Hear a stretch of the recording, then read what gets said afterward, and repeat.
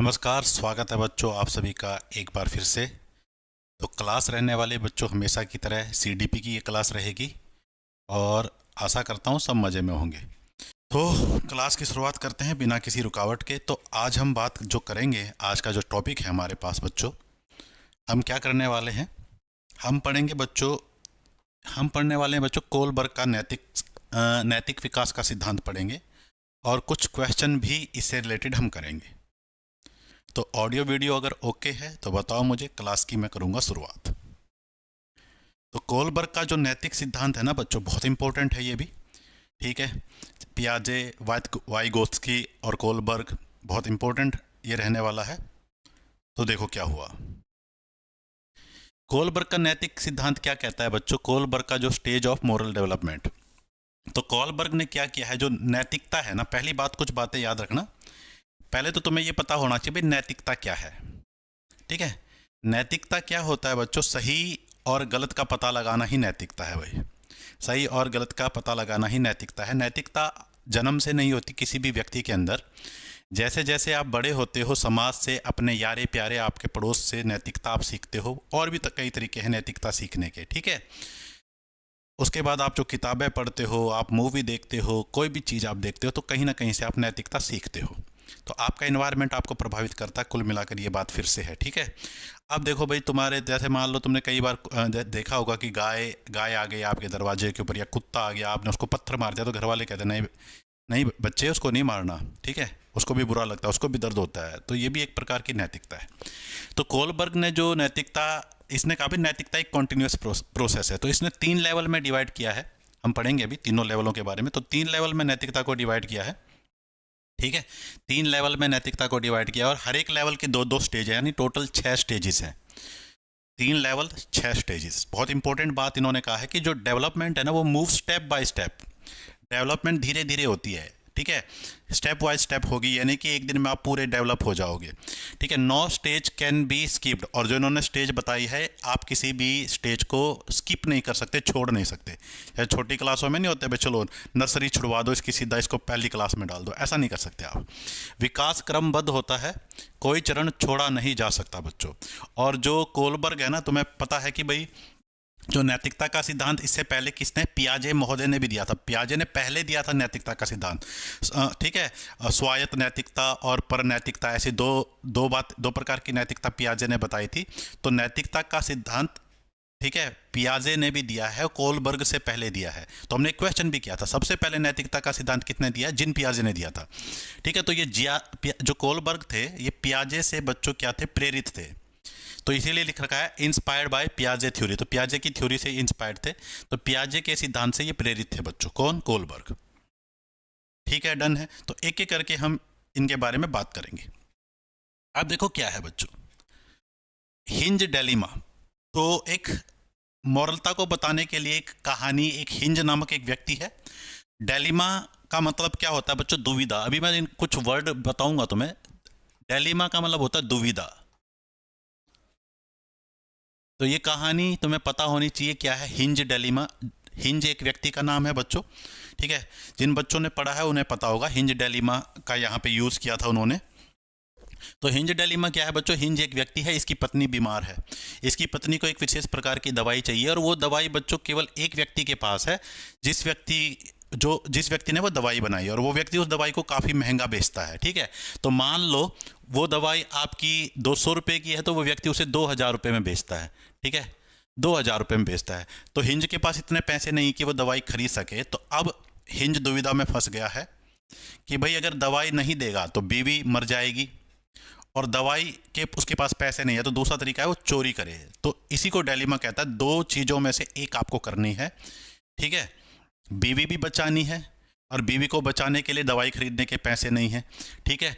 तो दवाई खरीदने के लिए क्या करता है बच्चों, दवाई को चोरी कर लेता है। अब यहाँ से इन्होंने एग्जाम्पल दिए हैं कि क्वेश्चन पुटअप किए हैं कि क्या इसने सही किया या गलत किया।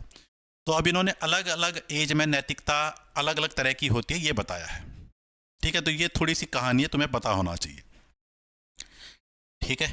तो हिंज ने सही किया या गलत किया, अलग अलग एज के बच्चों का इसके बारे में अलग अलग दृष्टिकोण था। तो इसका मतलब है सबकी नैतिकता एक जैसी नहीं होती, नैतिकता सब में अलग अलग तरीके से डेवलप होगी। ठीक है, तो ये हिंज डिलेमा के बारे में। अब सिद्धांत पे जाने से पहले कुछ वर्ड हैं उनके बारे में समझो भाई। सबसे पहले है बच्चों मॉरल रीजनिंग। ये वर्ड आपको ज़्यादा कंफ्यूज कर सकते हैं, सिद्धांत तो बिल्कुल आसान सा है बच्चों। नैतिक तर्कणा, ठीक है, नैतिक तर्कणा उस प्रक्रिया को कहते हैं जिसमें व्यक्ति सही और गलत, अच्छे और बुरे के बीच में अंतर करने और यह निर्णय लेने के लिए आलोचनात्मक सोच और तार्किक विश्लेषण का उपयोग करता है कि किसी विशेष स्थिति में क्या किया जाना चाहिए।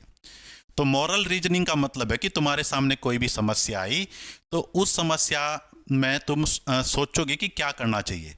अब तुम कई तरह का यूज कर सकते हो क्या करना चाहिए। जैसे मान लो, ठीक है, जैसे मान लो कि तुम्हारे पास 100 रुपये हैं और ये 100 रुपये घर वालों ने तुम्हें बुक खरीदने के लिए दिए हैं और तुम्हें भूख भी बहुत ज़्यादा लगी हुई है, तुम इस 100 रुपये की चीज़ भी खा सकते हो।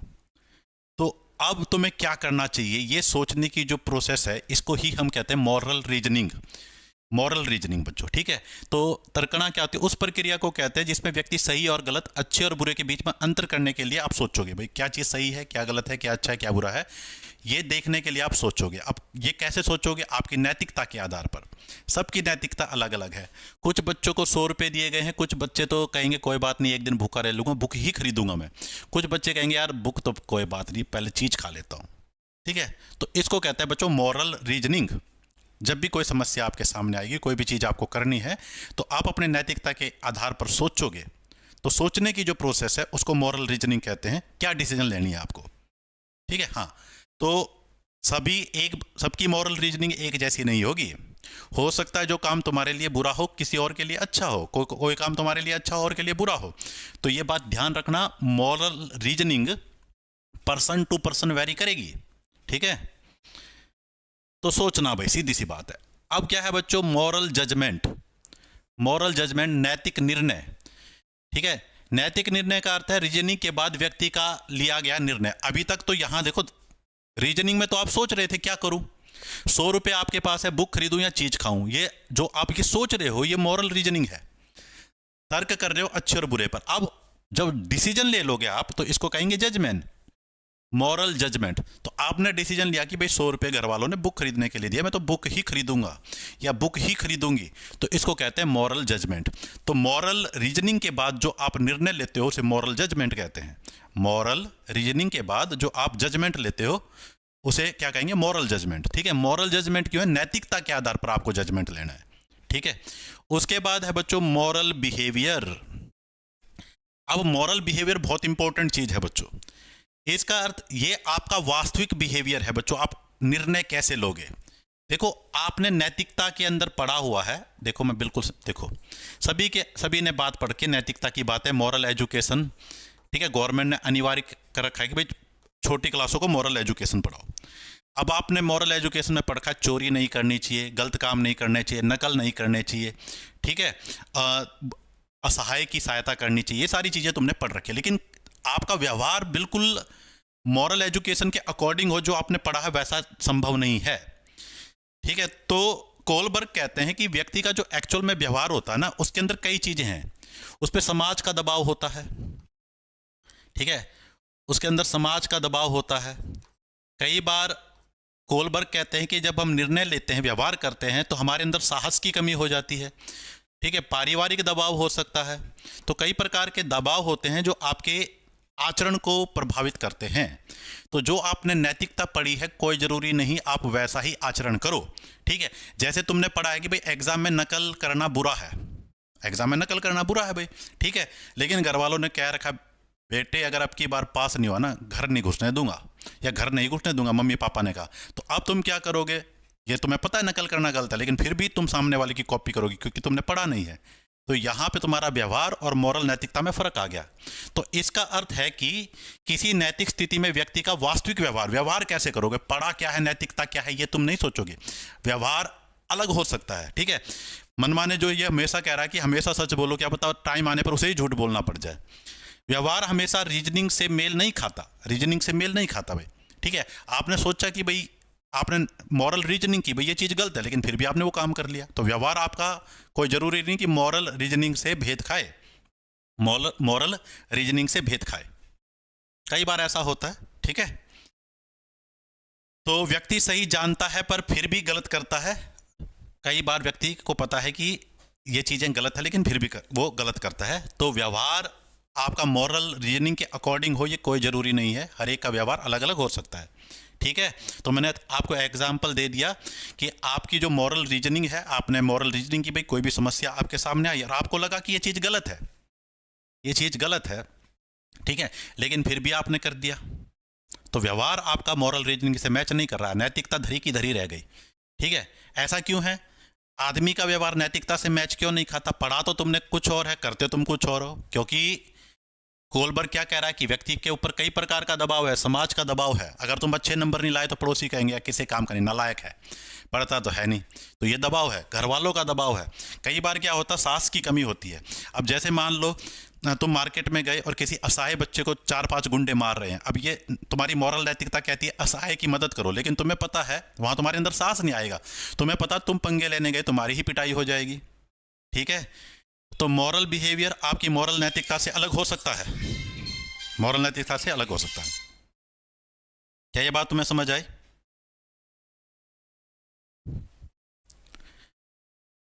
नेक्स्ट भाई, उसके बाद भाई बहुत इंपॉर्टेंट, मॉरल डिलेमा। तो कोलबर्ग सबके ऊपर सबसे ज़्यादा जोर दिया है, जो हमारी नैतिकता है वो डिलेमा पर ही आधारित है। मनुष्य कैसा व्यवहार करेगा, ठीक है, उसकी नैतिकता कैसी होगी, ये डिलेमा पर आधारित करेगा। तो डिलेमा का मतलब होता है दुविधा। जैसे हिंज वाला अभी एग्जाम्पल मैंने तुम्हें दिया, हिंज को 2 काम में से एक काम करने थे, या तो वो दवाई चोरी करके अपनी बीवी को बचा ले, या वो अपने नैतिकता के नियमों का पालन करे, भाई दवाई चोरी करना गलत है, चोरी ना करे, बीवी को मरने दे। तो जब ऐसी दुविधा में आप फंस जाओगे कि 2 में से एक काम आपको करना है, ठीक है, तो उसको कहते हैं बच्चों डिलेमा। उसको क्या कहते हैं? डिलेमा, ठीक है। मैं मार्केट में गया, ठीक है, मैं तो कई बार फंस जाता हूँ। मैं मार्केट में गया, मैंने देखा सामने दुकान में गुलाब जामुन गरम गरम बिक रहे हैं। अब मुझे तो शुगर है, अब मैं फंस गया मॉरल डिलीमा में। ये मॉरल डिलीमा नहीं है, वैसे तो पर्सनल डिलीमा है ये, कि खाऊं कि नहीं खाऊं, ठीक है। तो मॉरल डिलीमा नैतिकता से रिलेटेड, मतलब ये भी एक प्रकार का डिलीमा है, मॉरल नहीं कह सकते इसको, ये पर्सनल है मेरा।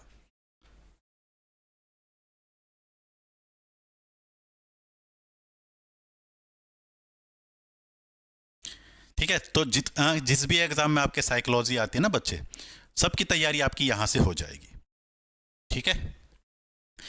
तो नैतिक दुविधा वह स्थिति है जब व्यक्ति को 2 या अधिक नैतिक मूल्यों के बीच चुनाव करना पड़ता है और एक मूल्य चुनने पर दूसरा मूल्य प्रभावित होता है, ठीक है। जैसे बच्चा भाई फौज में नौकरी लग गया, अब या तो वो घर को छोड़ के देश की सेवा कर ले, लेकिन देश की सेवा तो वो करना चाहता, लेकिन घर वालों को भी नहीं छोड़ना चाहता, माँ बाप बूढ़े हैं, तो दोनों में से एक को चुनना पड़ेगा, या तो माँ बाप को चुन लो या देश को चुन लो। तो यहाँ व्यक्ति मॉरल डिलीमा में फंस गया, 2 कामों में से एक को आपको करना पड़ेगा, ठीक है, मॉरल डिलीमा। तो नैतिकता का आधार कोलबर्ग ने मुख्य रूप से मॉरल डिलीमा को ही कहा है। यहां तक की बात है, तुम समझ गए। उसके बाद बच्चों मॉरल रियलिज्म, नैतिकता यथार्थवाद। तो ये सारे जो वर्ड हैं ये मैंने कोलबर्ग की थ्योरी से ही उठाए गए। तो मॉरल रियलिज्म का मतलब क्या होता है, यहां पे हम पढ़ेंगे अलग अलग स्टेज। ये कहता है कि बच्चों जो रूल है ना वो फिक्स है, चाहे कुछ भी हो जाए नियम का पालन होना चाहिए।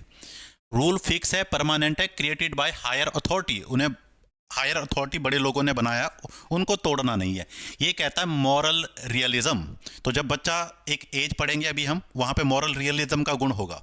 रूल फिक्स हैं, चाहे किसी की जान जाती हो, चोरी नहीं करनी तो नहीं करनी, ठीक है। तो मॉरल रियलिज्म के हिसाब से कि चाहे बेशक से हिंज की बीबी की जान ही चली जाए, उसे चोरी नहीं करना चाहिए। तो ये रूल को मानेगा बच्चों मॉरल रियलिज्म, रूल नहीं तोड़ने, ठीक है, रूल तोड़ोगे तो सजा मिलेगी। तो ये है मॉरल रियलिज्म, ठीक है। मॉरल रियलिज्म का ये मतलब है, ठीक है। नैतिक यथार्थवाद, नैतिक यथार्थवाद, जो नियम लिखे गए हैं, जो कानून बनाए हैं, उनका पालन होना चाहिए, कोई भी नहीं तोड़ सकता, चाहे कैसी ही गंभीर समस्या क्यों ना हो। उसके बाद बच्चों मॉरल कॉरपोरेशन का मतलब है, कॉरपोरेशन का मतलब है सहयोग। यहां पे ये विचारधारा कहती है कि जो रूल है ना वो फ्लेक्सिबल होते हैं। रूल इंसान के लिए बनाए गए हैं, इंसान रूल के लिए नहीं है। वक्त आने पर अगर किसी रूल से इंसान का नुकसान हो रहा है तो उस रूल को तोड़ दो, ठीक है, किसी रूल से इंसान का और समाज का नुकसान हो रहा है तो रूल को तोड़ दो, उनमें बदलाव कर दो। ठीक है, रूल्स आर फ्लेक्सिबल, फ्लेक्सिबल होने चाहिए rule, created through mutual agreement. ठीक है, म्यूचुअल एग्रीमेंट से क्या होना चाहिए, क्रिएटेड होना चाहिए, and can be change by the corporation, और उन्हें तोड़ा जा सकता है। ठीक है, तो मॉरल कॉरपोरेशन का मतलब क्या है, जैसे मान लो मैं कई बार जाता हूँ तो मेरे घर के रास्ते में ना फाटक है। अब रूल ये कहता है कि भाई फाटक बंद है, ट्रेन आने वाली है, आप फाटक को क्रॉस ना करो, लेकिन फिर भी लोग फाटक के नीचे से गाड़ी ले जाते हैं। ठीक है, तो मॉरल रियलिज्म कहता है ये तो गलत है भाई, रूल का पालन करना चाहिए। लेकिन कई बार क्या होता है कि आपका कोई मान लो कोई यारा प्यारा सगा संबंधी हॉस्पिटल में भर्ती है, बहुत अर्जेंट है, तो ये मॉरल कॉरपोरेशन कहता है कि इस रूल को तोड़ दो, कोई बात नहीं। ठीक है, तो रूल इंसान के लिए, इंसान रूल के लिए नहीं, ये कहता है। तो यहाँ पे रूल को तोड़ा जा सकता है, मॉरल कॉरपोरेशन ये रूल तोड़ने की बात करता है, लेकिन तभी जब उससे किसी का भला हो। और मॉरल रियलिज्म कहता है भाई रूल किसी भी कीमत में नहीं टूटने चाहिए। ठीक है, चाहे भूकंप आ जाए, सुनामी आ जाए, कुछ भी आ जाए, रूल आर रूल। क्या बताना है हर्ष?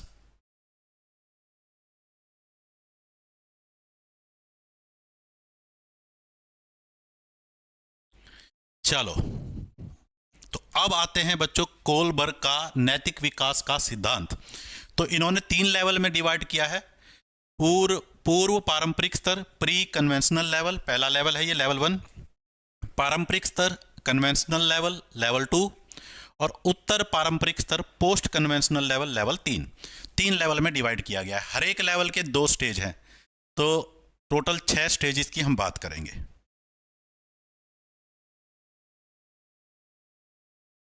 हाँ, मॉरल कॉरपोरेशन सही है, लेकिन मॉरल कॉरपोरेशन सही है तो ये जो अलग अलग प्रकार की जो नैतिकता है ये अलग अलग एज में डेवलप होंगी बच्चों, अलग अलग एज में क्या होंगी, डेवलप होंगी।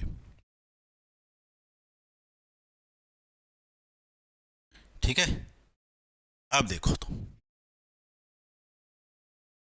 तो पहली है हमारे पास प्री कन्वेंशनल लेवल, पूर्व परंपरागत स्तर। एज है बच्चों 4 से 10 साल। ये जो एज वाला टाइमिंग है ना, थोड़ा इसे यहाँ से वैसे एज नहीं पूछी जाती, कुछ बुकों में 4 से 9 भी लिखा हुआ है, 3 से 9 भी लिखा, थोड़ा थोड़ा फर्क होगा। ठीक है, तो 4 से 10 भाई, 4 से 10 साल प्री कन्वेंशनल लेवल भाई। ठीक है, पहला स्तर, बच्चा दंड, पुरस्कार और व्यक्तिगत लाभ के आधार पर नैतिकता का निर्णय लेता है। इस अवस्था में नैतिकता शून्य होती है, बच्चे के अंदर कोई नैतिकता नहीं है। या तो बच्चा पनिशमेंट से बचने के लिए आचरण करेगा या अपने फायदे के लिए आचरण करेगा। तो यहां से कई बार ये क्वेश्चन भी पूछा जाता है वो कौन सा लेवल है जहां पे नैतिकता शून्य होती है। तो आपको पता चलना चाहिए प्री कन्वेंशनल लेवल, नैतिकता नहीं होती बच्चे के अंदर किसी भी प्रकार का। भाई बच्चे ने जन्म लिया, उसे क्या पता क्या नैतिकता है, क्या अच्छा है, क्या बुरा है, कैसे पता चलेगा बच्चों को। ठीक है, बच्चे को नहीं पता कुत्ते को पत्थर मारना गलत है, वो तो मारेगा, उसे मजे आ रहे हैं। तो यहाँ पे जिसमें बच्चे को मजा आएगा, जिसमें उसका खुद का फायदा, उसके हिसाब से आचरण करेगा। तो नैतिकता नहीं है बच्चे के अंदर। ठीक है, तो प्री कन्वेंशनल स्टेज है ये, पूर्व परंपरागत स्तर।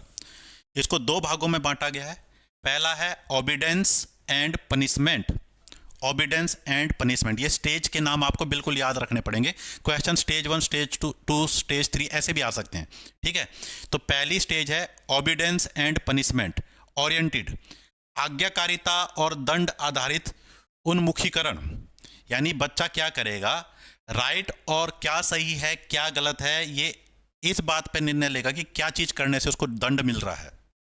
ठीक है, तो बच्चा नैतिकता के नियमों का पालन क्यों करेगा, क्योंकि उसे पता है अगर आपने नैतिकता के नियमों का पालन नहीं किया तो बच्चे की पिटाई हो जाएगी। छोटा बच्चा मिट्टी में खेल रहा है, मम्मी पापा ने कहा बेटे मिट्टी में खेलेगा ना कपड़े गंदे करेगा, तेरे लगेंगे थप्पड़ लगेंगे तेरे। तो बच्चा क्या करेगा, इसलिए मिट्टी में नहीं खेल रहा वो, अब उसे नहीं नैतिकता का नहीं पता। ठीक है, उसे पता है कि अगर मिट्टी में खेलेंगे तो क्या होगा, थप्पड़ लगेंगे, कुत्ते को पत्थर मारेंगे तो मम्मी पापा पीटेंगे, इसलिए वो कर रहा है, वो तो नैतिकता का पालन। तो आज्ञाकारिता और दंड आधारित उन्मुखीकरण, तो बच्चा क्या करता है, आज्ञा का पालन केवल इसीलिए करता है, दंड से बचने के लिए, सजा से बचने के लिए आज्ञा का पालन करता है। ठीक है, अगर सजा नहीं दोगे तो फिर बच्चे तो फिर अपनी मन की करेंगे फिर तो। ठीक है, चाइल्ड ओबे रूल्स टू अवॉइड पनिशमेंट, बच्चा दंड से बचने के लिए नियमों को मानता है। ठीक है, ये पहला लेवल है आपका प्री कन्वेंशनल लेवल, और इसकी स्टेज 1 है बच्चों। दूसरी है बच्चा अपना फायदा देखेगा, जहां पे आएगी दूसरी बच्चों प्री कन्वेंशनल लेवल की स्टेज 2 बच्चों। ठीक है, इसमें क्या करेगा, व्यक्तिवाद, उद्देश्य और विनियम। ठीक है, तो इंडिविजुअल जो व्यक्ति है वो अपना भला देखेगा। ठीक है, तो इसमें क्या होगा बच्चों, राइट एक्शन कौन सा है बच्चे के लिए, पर्सनल बेनिफिट। इसका मतलब वो काम सही है हमारे लिए जिसमें मेरा फायदा है, वो काम सही है जिसमें मेरा फायदा है। तो बच्चा केवल अपना फायदा देखेगा, बच्चा अपना फायदा देखेगा। ठीक है, सही कार्य वह है जिसमें व्यक्तिगत लाभ है। ठीक है, और इसमें एक और है, यहाँ पे इस एज में बच्चे के अंदर टिट फॉर टैट की भावना भी विकसित होती है बच्चों, टिट फॉर टैट। ठीक है, टिट फॉर टैट। अब क्या होता है, जब छोटे बच्चे होते हैं ना, अगर आपके बच्चे छोटे हैं तो कई बार स्कूल से कंप्लेंट आ जाती है कि आपके बच्चे ने इसको पीट दिया। ठीक है, तो स्कूल से कंप्लेंट आ गई, जी आपकी गुड़िया ने तो एक लड़के को पीट दिया। अब मैंने कहा कि भाई आपने उसको क्यों पीटा, तो मेरी गुड़िया ने कहा पापा उसने मेरी कॉपी का पेज फाड़ दिया। यानी अगर तुम मेरे साथ गलत करोगे तो मैं भी गलत करूंगा, तुम मेरे साथ अच्छा करोगे तो मैं भी अच्छा करूंगा। तो इस प्रकार की फीलिंग आ जाती है बच्चों के अंदर। कौन से स्टेज के अंदर, स्टेज दूसरा, जिसमें व्यक्ति केवल अपना फायदा देखेगा और टिट फॉर टैट की भावना बच्चे के अंदर रहेगी। तुम अच्छा करोगे तो मैं भी अच्छा करूंगा, और तुम मुझसे पंगे लोगे तो मैं भी तुमसे पंगे लूंगा या लूंगी। ठीक है, तो व्यक्तिगत फायदे के लिए। ठीक है, कई बार क्या होता है, स्टेज में बच्चे गलत काम भी कर लेते हैं। कई बार तुमने देखा होगा, बच्चे को पता है कि भाई पैसे देके दुकान से चॉकलेट मिलती है। ठीक है, अब बच्चे को पता है पैसे देके दुकान से चॉकलेट मिलती है। अब मम्मी पापा ने तो कह दिया चॉकलेट नहीं खाना बच्चे, तो कई बार क्या होता है, बच्चे ने देखा पैसे पड़े हुए हैं, बच्चे ने पैसे उठा लिए, जाके चॉकलेट खरीद ली। ठीक है, क्योंकि नैतिकता तो उसके अंदर अभी डेवलप हुई नहीं है, उसे तो फायदा लग रहा है चॉकलेट खाने में, उसका फायदा है, उसे मजे आ रहे हैं, अच्छी फीलिंग आ रही है। ठीक है, तो उसे कुछ लेना देना नहीं है।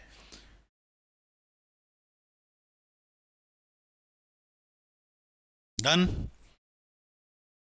उसके बाद बच्चों दूसरा लेवल है लेवल 2, जिसे हम कहते हैं बच्चों कन्वेंशनल लेवल।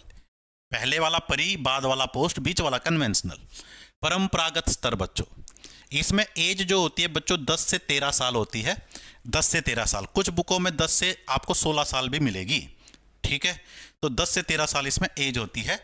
अब इसके भी दो स्टेज हैं, दो स्टेज तो पहले पढ़ गया। अब इसकी पहली स्टेज हो जाएगी स्टेज 3 बच्चों। Stage 3, good boy good girl orientation.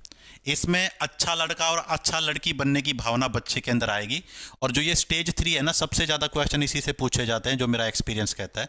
सबसे ज़्यादा क्वेश्चन आपको यहाँ से मिलेंगे, सबसे ज़्यादा क्वेश्चन इस पर आधारित होते हैं बच्चों, ये ध्यान रखना।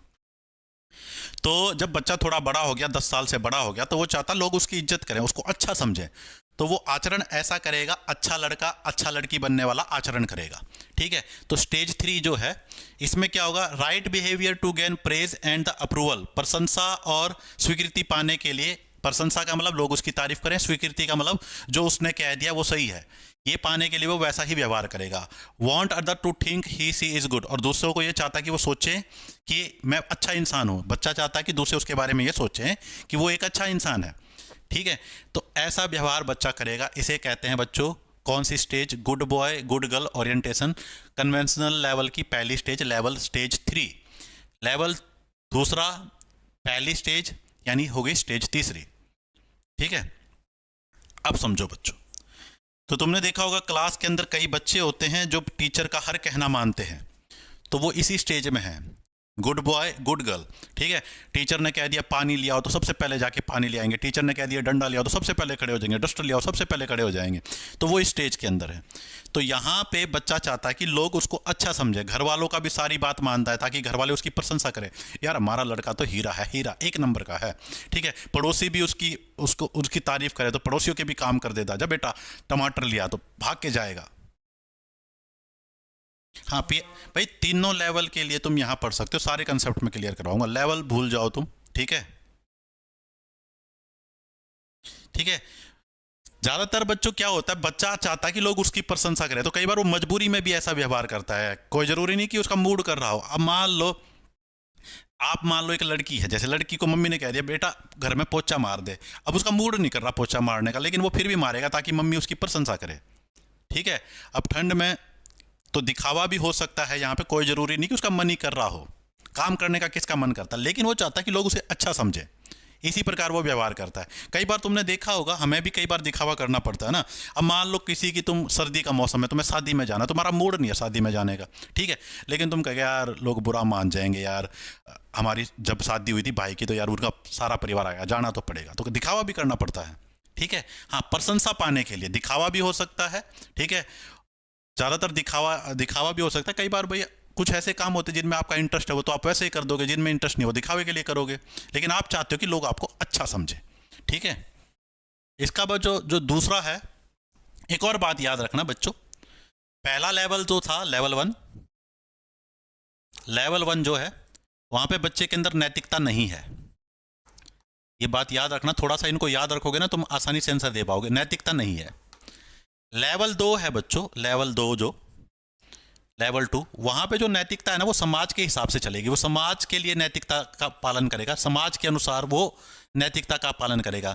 यानी नैतिकता का पालन जो समाज में अच्छा है उसके हिसाब से चलेगा वो।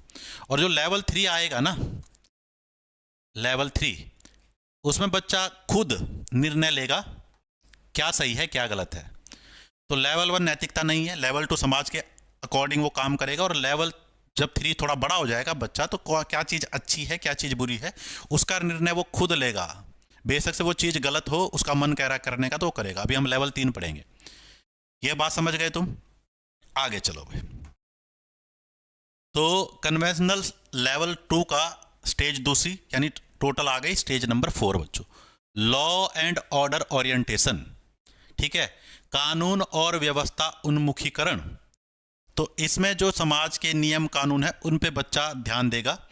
कर्तव्य, नियम और कानून सर्वोपरि माने जाते हैं। यानी यहाँ पे जो हमने अभी पढ़ा था रियलिज्म वाला, ठीक है, मॉरल रियलिज्म, वो भावना यहाँ बच्चे के अंदर पैदा हो जाएगी। भाई बच्चा मानता है कि जो कर्तव्य है, आपकी जो ड्यूटी है, आपको निभाने चाहिए, वो जो नियम और कानून है उनका पालन करना चाहिए, क्योंकि अगर आपने इनका पालन नहीं किया तो समाज के अंदर प्रॉब्लम क्रिएट होगी, तो समाज के बारे में सोचेगा वो, ठीक है।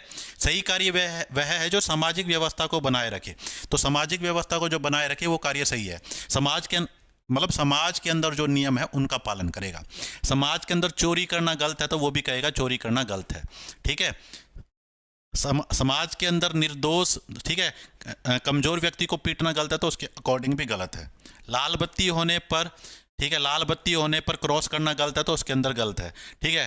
फाटक बंद होने पर फाटक के नीचे से बाइक निकालना गलत है तो इसके लिए गलत है। तो समाज के अकॉर्डिंग जो रूल समाज के अंदर है, जिससे समाज का भला हो, ठीक है, वो चीज़ें करनी चाहिए। जो समाज के अकॉर्डिंग गलत है वो नहीं करनी। तो इसकी जो नैतिकता है पूरी समाज पर आधारित है, समाज के जो रूल नियम है उसके अनुसार। तो नाम से ही पता चल रहा है लॉ एंड ऑर्डर ओरिएंटेशन, यानी समाज के अंदर जो लॉ और ऑर्डर है, नियम और व्यवस्था जो बनाई गई है उनका पालन करो भाई, बच्चा ये कहेगा, ठीक है। तो ये होता है, ठीक है। तुम जब तुम्हारे बच्चे होंगे या होंगे तुम्हारे में से किसी के, तो तुम्हें पता होगा। अब देखो मेरी गुड़िया 6th स्टैंडर्ड में है तो वो 12 साल की है। तो कई बार जब मैं बाइक स्कूटी चलाता हूँ तो मैं बहुत तेज़ चलाता हूँ या मैं रॉन्ग साइड से ले लेता हूँ। वो कहती पापा आप ऐसा क्यों कर रहे हो, ये तो रूल के खिलाफ है। तो ऐसी भावना बच्चों के अंदर होती है, ठीक है। अब चलो भाई, पोस्ट कन्वेंशनल लेवल, उत्तर परंपरागत स्तर भाई, ठीक है। तो 13+, बच्चा और बड़ा हो गया, 13+ का हो गया, वो 13 साल से बड़ा हो गया, ठीक है। तो अब इसके भी फिर से 2 लेवल होंगे। तो 2 लेवल पहले के, 2 स्टेज पहले की, 2 स्टेज दूसरे की, अब इसकी 2 स्टेज इसकी। तो स्टेज नंबर 5वीं, ठीक है। इस लेवल की पहली स्टेज, टोटल 5वीं स्टेज बच्चों। तो पोस्ट कन्वेंशनल में क्या होगा, नैतिक निर्णय नैतिक सिद्धांतों, अधिकारों और अंतरात्मा के आधार पर होंगे बच्चों, ठीक है। यानी यहाँ पे कुछ बातें ये समझना, बच्चा जो होगा ना, बच्चा अपने मन की सुनेगा, अपने अकॉर्डिंग ही वो निर्णय लेगा। ये बात आप लिख लेना, अपने अकॉर्डिंग ही वो निर्णय लेगा, ठीक है। सही गलत का फैसला वो अपने हिसाब से करेगा, अपनी समझ के हिसाब से करेगा, अपने संज्ञान से करेगा। तो पहली स्टेज है social contract and individual right, सामाजिक अनुबंध एवं व्यक्तिगत अधिकार। तो इसमें कहेगा भाई व्यक्ति के जो उसे नियम दिए गए हैं, अधिकार दिए गए हैं, उनका पालन होना चाहिए। ऐसा काम नहीं होना चाहिए समाज में जिसके व्यक्ति के नियम का क्या हो जाए, हनन हो जाए। सभी व्यक्ति एक समान है। कानून महत्वपूर्ण है परंतु सार्वजनिक हित में बदले जा सकते हैं। यहाँ पे बच्चा समझेगा कि जो कानून के नियम हैं वो इम्पोर्टेंट है, लेकिन अगर ऐसा कानून है जिसको तोड़ने से सबका भला है तो उसे बदला जा सकता है, ऐसा ऐसी सोच आएगी। ठीक है, तो मुख्य रूप से वो दूसरों की भलाई पर, मानव अधिकारों पर जोर देगा बच्चा। ये है आपकी, देखो नाम से ही पता चल रहा है, सोशल कॉन्ट्रैक्ट। ठीक है, तो ऐसा काम करेगा जो पूरे समाज के लिए क्या है, अच्छा है। अब मान लो एक एग्जाम्पल दिया है कोलबर्ग ने, जैसे मान लो यहाँ पे वो पुली वाला एक एग्जाम्पल है भाई, पुली वाला। ठीक है, तो मान लो यहाँ नीचे 5 व्यक्ति हैं, ऐसा कुछ एग्जाम्पल है, मैं तुम्हें बदल एग्जैक्ट तुम पढ़ लेना। ठीक है, तो आपको पुली खींचनी है। अगर आपने पुली नहीं खींची तो पांचों के पांचों मरे जाएंगे, लेकिन अगर आप ये चेन खींचोगे तो एक मरेगा, ऐसा कुछ एग्जाम्पल है। तो ये ज़्यादा एक का नुकसान हो रहा हो, एक का नुकसान हो रहा हो और 10 का फायदा हो रहा हो, तो ऐसा काम बच्चा कर देगा, चाहे उसे कानून ही तोड़ना पड़े। यानी समाज के बारे में सोचेगा। ठीक है, कोई ऐसा काम है जिसमें एक बंदे का नुकसान हो रहा हो लेकिन ज़्यादातरों का फायदा हो रहा, तो वो ऐसा काम कर देगा। तो ये कानून व्यवस्था का यहाँ भी पालन करेगा, लेकिन अगर कानून को तोड़ने से ज़्यादा लोगों का फायदा हो रहा, पूरे समाज का फायदा हो रहा, तो करेगा। एक आधे का फायदा हो रहा तो नहीं करेगा। ऐसी भावना बच्चे के अंदर डेवलप होगी बच्चों। ठीक है, तो कानून महत्वपूर्ण मानेगा, परंतु सार्वजनिक हित के लिए, सार्वजनिक मतलब जिसमें सबका हित हो, सार्वजनिक हित में कानून को बदला जा सकता है।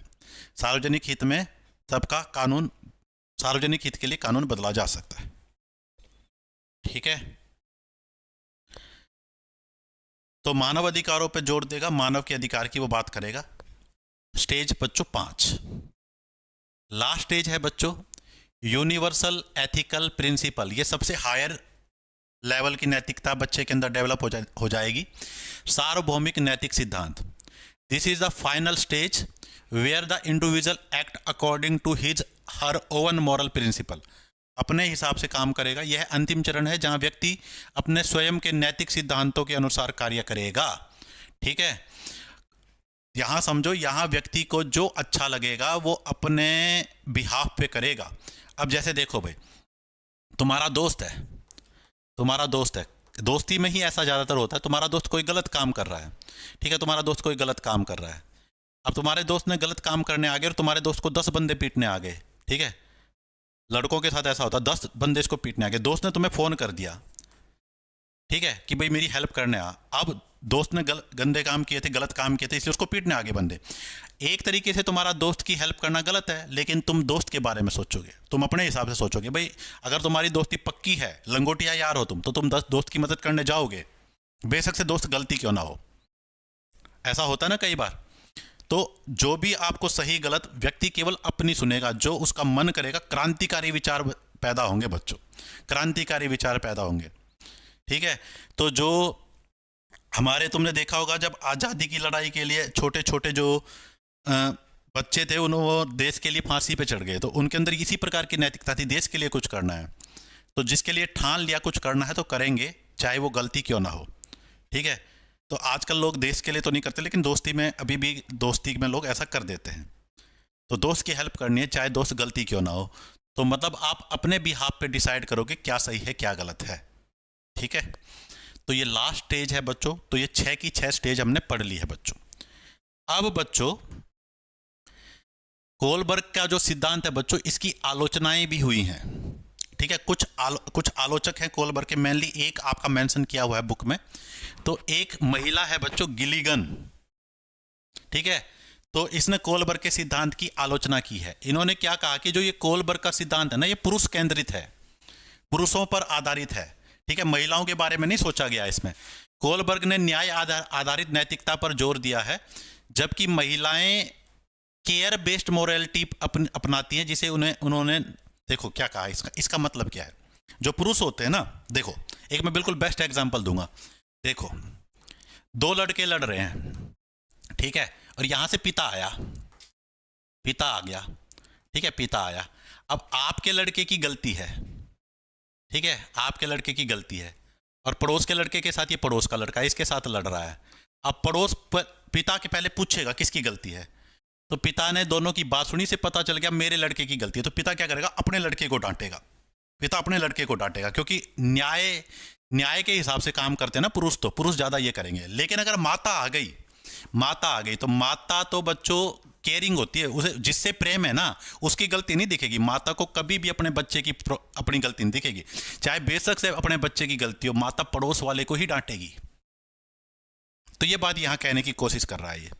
तो बच्चों ये गिलीगन कह रहा है कि जो कोलबर्ग ने नैतिकता का जो पैमाना रखा है ना, न्याय के आधार पर नैतिकता हम दिखाते हैं, लेकिन ऐसा तो केवल पुरुष करते हैं, तो महिलाएं ऐसा नहीं करती। महिलाएं तो केयर बेस्ड मोरालिटी होती है, जिसकी वो परवाह करती हैं उसके हिसाब से वो निर्णय लेंगी। ठीक है, ये बात तुम्हें समझ आई? डन है। उसके बाद बच्चों कोलबर्ग के सिद्धांत के अंदर एक और बात हुई है, वैसे तो कई प्रकार की आलोचना हुई है, कि भाई जो कोलबर्ग का जो सिद्धांत है वो पश्चिमी जो सभ्यता है उस पर आधारित है। ठीक है, तो पश्चिमी जो एग्जाम्पल है, जो मतलब जहाँ का व्यक्ति होगा उसका समाज के हिसाब से ही तो सिद्धांत बताएगा, तो पश्चिमी संस्कृति पर आधारित है। यह पूर्वी या सामूहिक संस्कृति पर पूर्ण रूप से लागू नहीं होता। ठीक है, तो सभी संस्कृतियों पर यह लागू नहीं होता, जो पूर्व की है हमारी जो संस्कृति है और जो बहुत सारी संस्कृतियां उन पर लागू नहीं होता। मुख्य रूप से जो ये सिद्धांत है ये पश्चिमी संस्कृति पर लागू होता है, ऐसा भी कहा जाता है। तो ये आलोचना हुई है मुख्य रूप से, जो ये गिलीगन है इन्होंने ही आलोचना की है। तो एक तो इन्होंने कहा है बच्चों कि ये क्या है, पुरुष सेंटर्ड है, मैन सेंटर्ड है। ठीक है, और जो नैतिकता का आधार है न्याय बताया गया, लेकिन जब महिलाएं होती है वो नैतिकता न्याय के आधार पर नहीं करती, वो तो बच्चों जिससे प्रेम करती है, जिसकी केयर करती है, उसी की साइड लेंगी। डन है ये बात। तो ये बच्चों हमने कोलबर्ग वाला कर लिया। अब हम एक दो क्वेश्चन लगा के देखते हैं, कुछ क्वेश्चन भी करके देखते हैं। चलो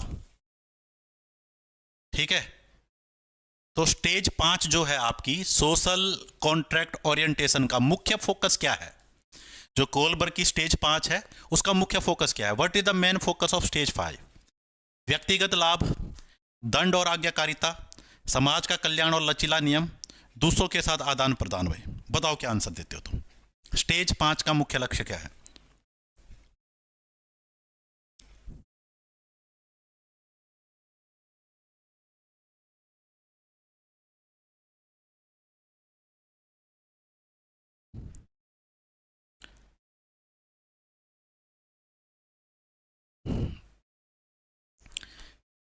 बताओ। सी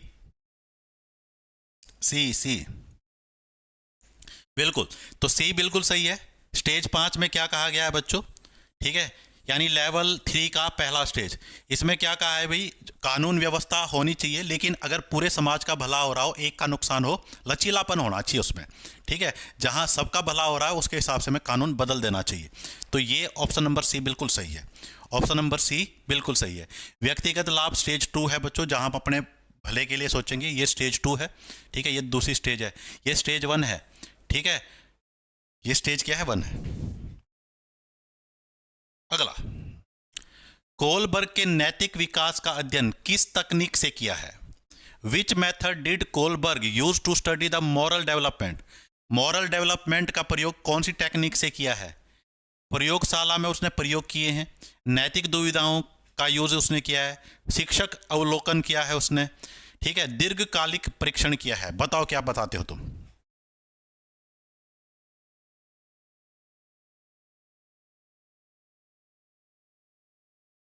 कौन सी टेक्निक का यूज किया है? बी बी बिल्कुल, और मैंने तुम्हें शुरू में ही बताया था, जो कोलबर्ग ने नैतिकता के लिए क्या मॉरल डिलेमा का यूज किया है। ठीक है, तो जो बीवी वाला एग्जाम्पल दिया है, तो मॉरल डिलेमा, तो जब आपके सामने नैतिक दुविधा आएगी, ठीक है भाई, आपने कितने भी आप अपने आप को नैतिक समझते हो, जब आपके सामने मुसीबत आएगी वहां पे आप कैसा व्यवहार करते हो? क्या वहां पे आप नैतिकता दिखाते हो या नहीं? तो उस हिसाब से आपका मॉरल डेवलपमेंट मेजर करेंगे हम। ठीक है, आपने हमेशा पढ़ा है कि भाई ठीक है, झूठ चोरी करना पाप है, चोरी करना पाप है, चोरी करना गलत है, लेकिन जब आप अपने पे आई, आपने चोरी कर ली, तो इसका मतलब नैतिकता आपने नहीं निभाई।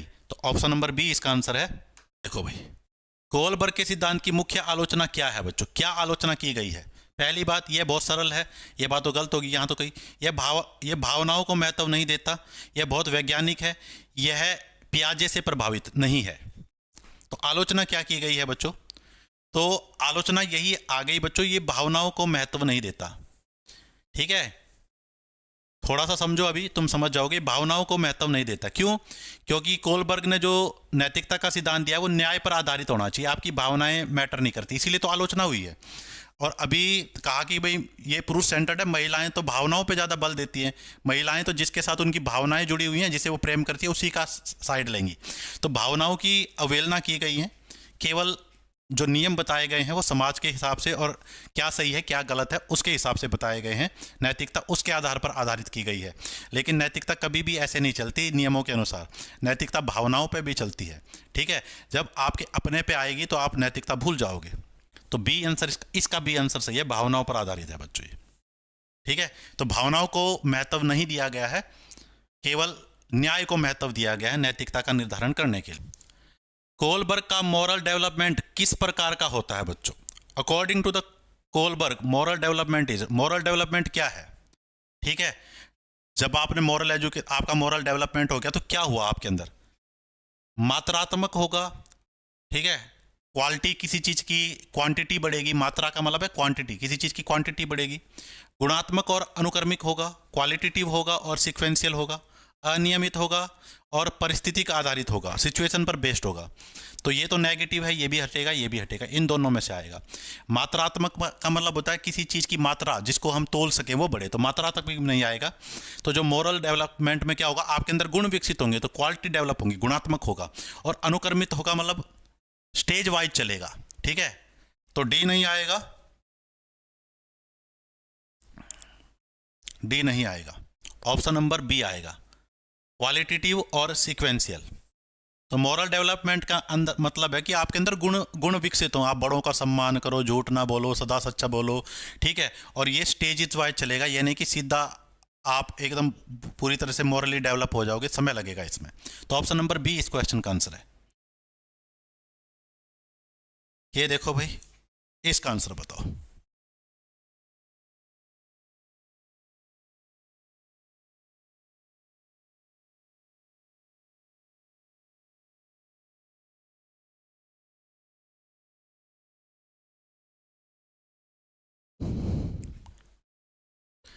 स्टेज एक और स्टेज दो में क्या समानता है? स्टेज एक और स्टेज दो में क्या समानता है? जो कोलबर्ग की ही बात चल रही है, तो कोलबर्ग की स्टेज एक और स्टेज दो में क्या समानता है? What is the similarity between stage one and stage two? दोनों आत्म केंद्रित हैं, दोनों सामाजिक मान्यताएं तलाशते हैं, दोनों सार्वभौमिक सिद्धांतों पर आधारित है, दोनों परिपक्व तर्क दिखाते हैं। ए बता रहे हो तुम? हाँ, तो देखो भाई, स्टेज वन में क्या हो रहा है, बच्चा दंड से बचने के लिए आज्ञा का पालन कर रहा है, स्टेज दो में वो अपने बारे में सोच रहा है। तो दोनों ही केस में आत्म केंद्रित वाला बहुत बिल्कुल सही है, दोनों आत्म केंद्रित हैं।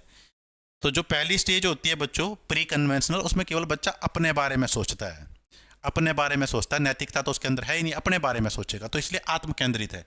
दोनों सामाजिक मान्यताएं तलाशते हैं, ये दूसरी स्टेज है सामाजिक वाली। ठीक है, सार्वभौमिक वाली तीसरी है। ठीक है, तो पहला आंसर आएगा इसका पहला। तो ये कुछ क्वेश्चन थे बच्चों, मिलते हैं नेक्स्ट क्लास में, तब तक के लिए बच्चों जय हिंद।